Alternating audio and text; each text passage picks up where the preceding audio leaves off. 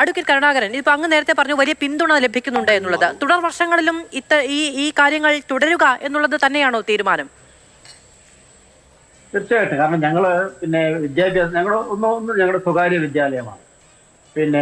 നേരത്തെ പറഞ്ഞ സർക്കാർ നിയമങ്ങളും നിബന്ധനകളും ഒക്കെ നിങ്ങൾ പറഞ്ഞു. ഈ സർക്കാരിന്റെ നിന്ന് കാശ് വാങ്ങി ശമ്പളം കൊടുക്കുന്ന എയ്ഡഡ് സ്കൂളുകൾ പൊതുവിദ്യാലയങ്ങളിൽപ്പെട്ടതാണല്ലോ. അത്തരം വിദ്യാലയങ്ങളിൽ ഇന്ന് നടക്കുന്ന പ്രാർത്ഥനകൾ, അവിടെയുള്ള പ്രാർത്ഥനാ ഹാളുകൾ, അതേപോലെ അവിടുത്തെയുള്ള മതപരമായ ആചാരങ്ങൾ, ഇതൊന്നും ആരും ചോദ്യം ചെയ്യുന്നില്ല, ചർച്ച ചെയ്യപ്പെടുന്നില്ലല്ലോ.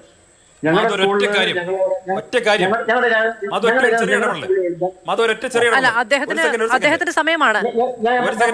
ഒരു കാര്യം പറയപ്പെട്ടുപോയി. പറഞ്ഞൊരു കാര്യമുണ്ട്, അതിന് മറുപടി പറഞ്ഞില്ലെങ്കിൽ മോശമായി പോകും. അദ്ദേഹം രണ്ട് കാര്യങ്ങൾ പറഞ്ഞു. വെള്ളിയാഴ്ച ഉച്ചയ്ക്ക് വിടുന്നതിനെ കുറിച്ച് പറഞ്ഞു. മറ്റൊന്ന്, അദ്ദേഹം ഈ മുസ്ലിങ്ങളുടെ സുന്നത്ത് കർമ്മത്തെക്കുറിച്ചും അത് ബാലാവകാശത്തെ ലംഘിക്കുന്നെന്ന് അദ്ദേഹം പറഞ്ഞു. BJP ഭരിക്കുന്ന 10 സംസ്ഥാനം ഉണ്ടല്ലോ, രാജ്യത്ത് നിങ്ങളാണല്ലോ ഭരിച്ചുകൊണ്ടിരിക്കുന്ന 10 കൊല്ലമായിട്ട്. എന്തേ നിരോധിക്കാത്തത്? എന്താ നിങ്ങൾ നിരോധിക്കാത്തത്?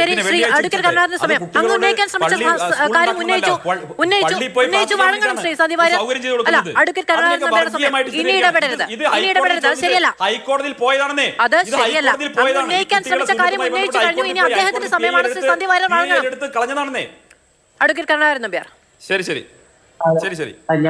ഞങ്ങളുടെ വിദ്യാലയത്തിലെ ഔപചാരികമായ വിദ്യാഭ്യാസത്തോടൊപ്പം തന്നെ സംഗീതം പഠിപ്പിക്കുന്നു. അവിടെ ശാരീരികമായിട്ടുള്ള, അതായത് ഫിസിക്കൽ എക്സസൈസ് ഞങ്ങൾ നൽകുന്നുണ്ട്. അവിടെ ഞങ്ങൾ യോഗ പഠിപ്പിക്കുന്നുണ്ട്, ആയുർവേദത്തെ കുറിച്ച് പഠിപ്പിക്കുന്നുണ്ട്, നൈതികമായ വിദ്യാഭ്യാസം കുട്ടികൾക്ക് നൽകുന്നുണ്ട്.